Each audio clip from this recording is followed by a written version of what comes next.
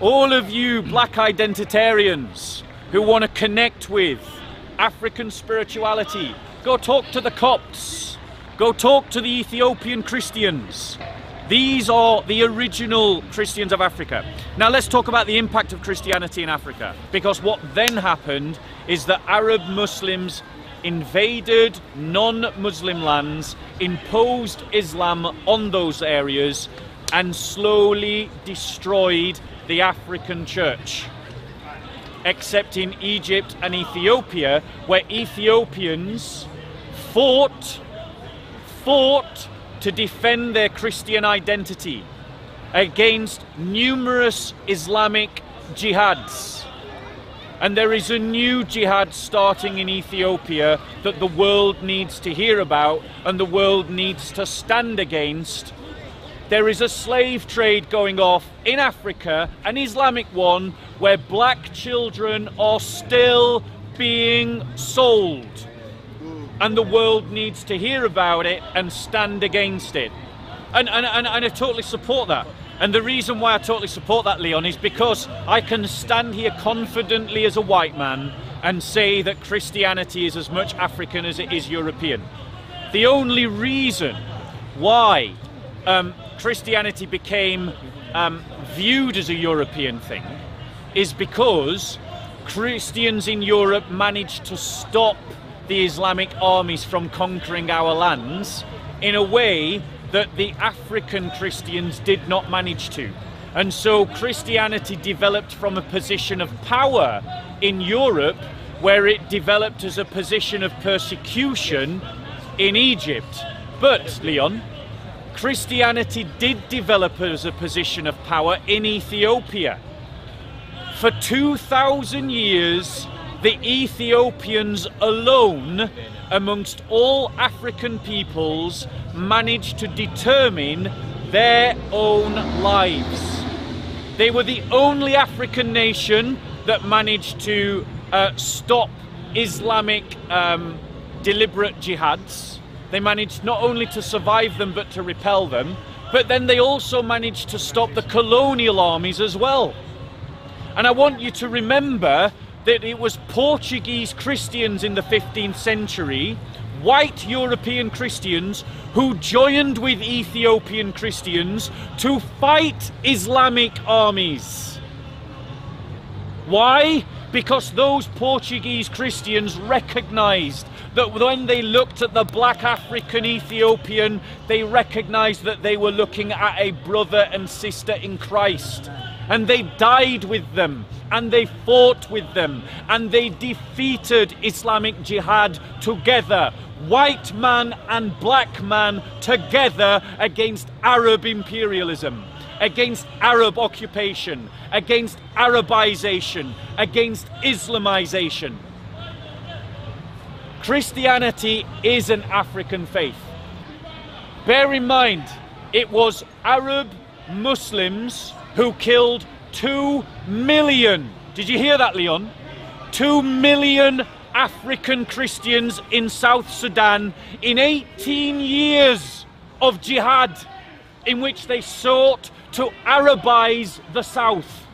That is why there is now an independent country in South Sudan, because the African Christians said, we will not be Arabized. We want to keep our Christianity, and they took up arms and they fought for 18 years against a jihad that happened in the 20th century. In the process they lost 2 million. 2 million Africans were killed by jihadis. And too many Pan-Africans are there still talking about crimes that happened hundreds of years ago by the white man, and you're silent about the crimes of the Arab Muslims that are happening today to African Christians. Is it Boko Haram? Is that Christian or Muslim? How many Africans are dying at the hands of Boko Haram? How many African Christians are dying at the, what's the tribe called? The tribe that travels. The Arab Muslim tribe that travels there, a nomadic tribe, I forget the name. Bedouin? No, not Bedouin. Not Bedouin. That's an Arab tribe. I can't remember. What? Maybe. Yes, that sounds familiar. Yeah, I think it's the Fulani. Forgive me if it's not the Fulani. Someone will correct me in the comments. I know they're Muslims, not the Fulani. But they are killing African Christians. That's what's happening. So African Christians in Ethiopia, African Christians across Africa, unite, stand together. So you're making...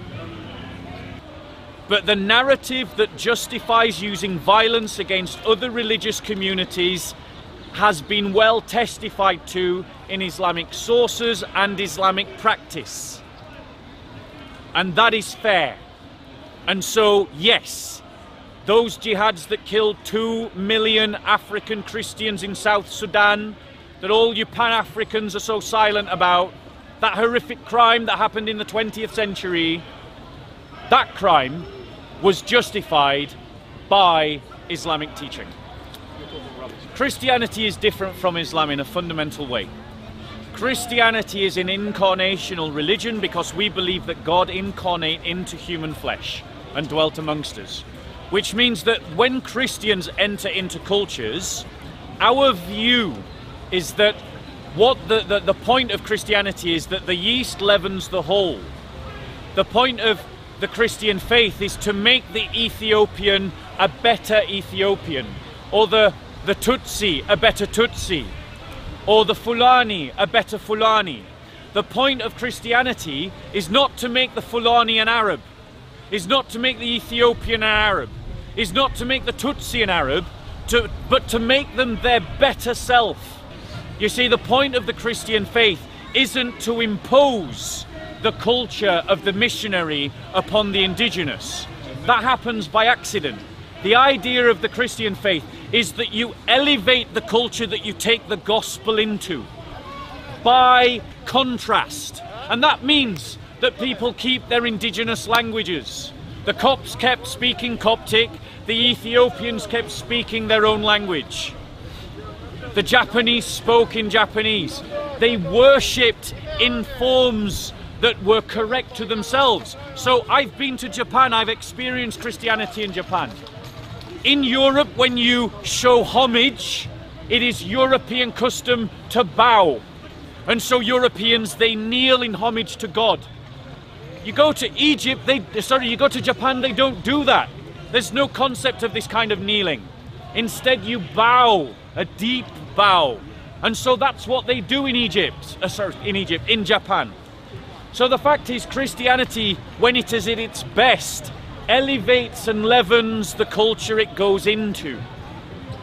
It seeks to take away that which is bad and magnify that which is good. By contrast, one more final point on that. And it does that because it doesn't have a system of laws. It has a system of values that transforms the human heart that then can express itself in the local culture.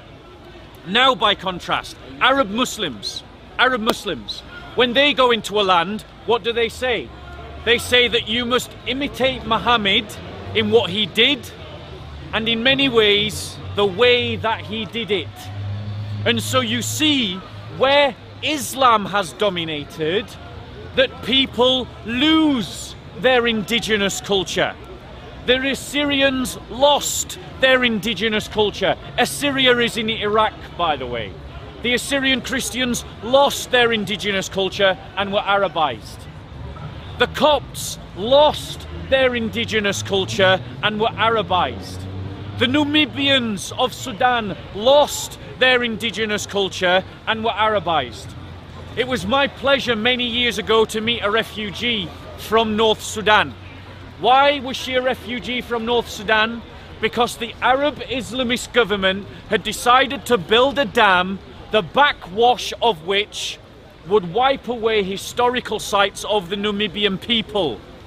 And this Muslim Sudanese woman, who wasn't really practicing Islam, didn't really care about it, but was proud of her Numidian identity, organized a very gentle protest against the government, and she had to flee for her life. She had to flee for her life because Arabization and Islamization go together, and they don't respect local indigenous culture.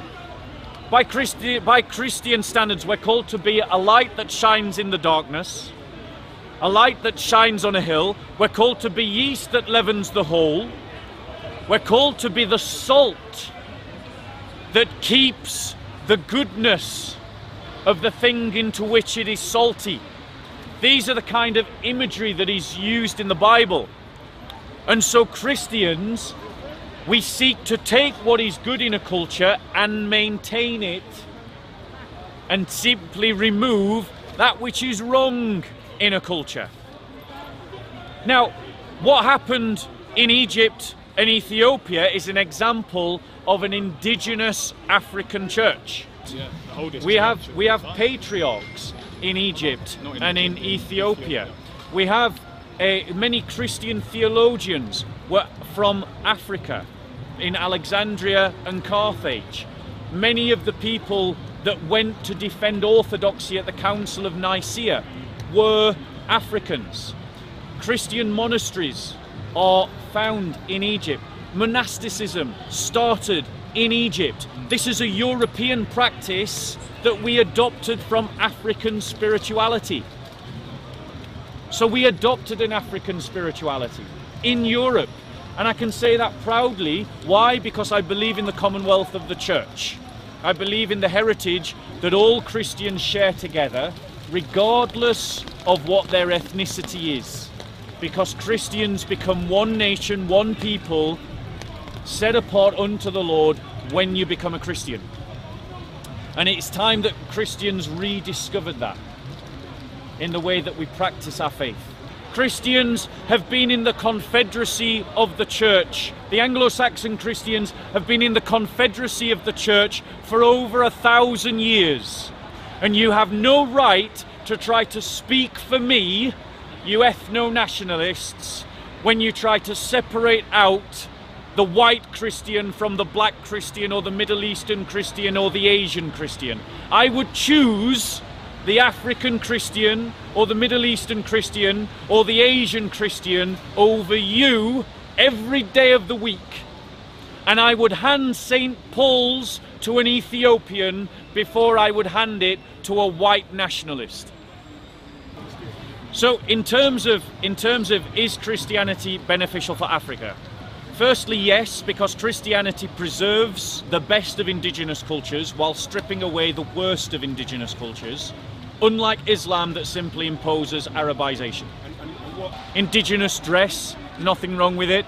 You know, we wouldn't be asking people to walk around in a niqab in the forests of Africa. Why? Because we don't Arabize, we don't Palestinianize people. So Christianity is good for Africa because it will allow Africans to keep the best of their own indigenous culture. Like the Christians of Egypt suffered under the Islamic caliphates, when their churches were destroyed, when their churches were desecrated, when their brothers and sisters were told that they couldn't do their processions in the streets, that they couldn't ring their bells, that they couldn't have their churches next to a mosque, when they had to go to the caliph even to ask to repair their churches. And so many Coptic churches fell into disrepair and ended up falling down. And then the Christians were forced to build their churches outside of the cities. And they were forced to have their doors not onto the main high street but onto the side roads. And they were told that their prayers couldn't be heard by the Muslims. And when they were walking down the streets, the Arab Muslims would force them into the narrowest part of the road. And they would force them to wear clothes that distinguished them as Coptic Christians. They had to wear yellow belts. They had to ride on donkeys because they couldn't ride on horses. They were not allowed to carry swords. This is how the Arab Muslims destroyed African Christianity across the whole of North Africa and damaged African Christianity in Egypt. Perfect. And all of you black nationalists, Hebrew Israelites, Nation of Islam, Callum philosophy, you're all silent about it because you're intimidated by Muslim gangs in the hood. Oh, shit. You need to, if you want to claim black Pan-African identity, start speaking up about this history, about African Christian history. Remember, it wasn't imposed from above, it was indigenous. One of the first Christian kingdoms outside of Armenia was Ethiopia. The Ethiopian Negus was the one who took in Muslims out of a Christian sense of hospitality and justice. What a historical mistake that was. Are you talking about when Muhammad went there? When Muhammad sent some Christians, he sent them to Ethiopia. Yeah, you're talking about then. Sorry, he sent some Muslims, he sent them to Ethiopia. Muhammad went there as well. They was getting persecuted. Yeah. I thought Prophet Muhammad went there as well. The Muslims- I don't know, no, I don't believe Muhammad did. But the thing is, one of those companions actually became a Christian in Ethiopia. 'Cause I've heard the reverse, that the king converted to Islam after. It's a lie. It's a lie. The Muslims lie about, Leon, Muslims lie about I'm history. not saying it's the truth. I'm saying, have you heard that? It's a lie. You're aware of it. It's not the first time you're hearing this. No, it's the first time I'm hearing it, but I'm confident it is a lie. The reality is that Muslims often rewrite history. They rewrite history all the time. The Muslim Dawah people, they point towards colonial slave trade, which was a crime that went on for 300 years as a crime. But they're silent about the 1400 years Islamic slave trade. Where can I buy a black African child today if I want to? I go to Khartoum, I go to Chad. Is Khartoum a Christian city or a Muslim one? Is Chad a Christian country or a Muslim country? I go to Mauritania. Is that Christian or Muslim? Learn your history. Go and speak to the Coptic Christians about how they practice their Christian faith. Go and speak to the Ethiopian Christians about how they practice their Christian faith. I don't want you to follow a white man's Christianity. Go and follow a black man's Christianity. Go follow the truth. Go follow the truth and join into the commonwealth of the church. And that commonwealth in the 15th century saw Portuguese Christians from the Catholic Church and Ethiopian Christians from the Ethiopian Church fight against Islamic Jihad together in the 15th century. That's where real Christian spirituality for the Pan-African belongs. There.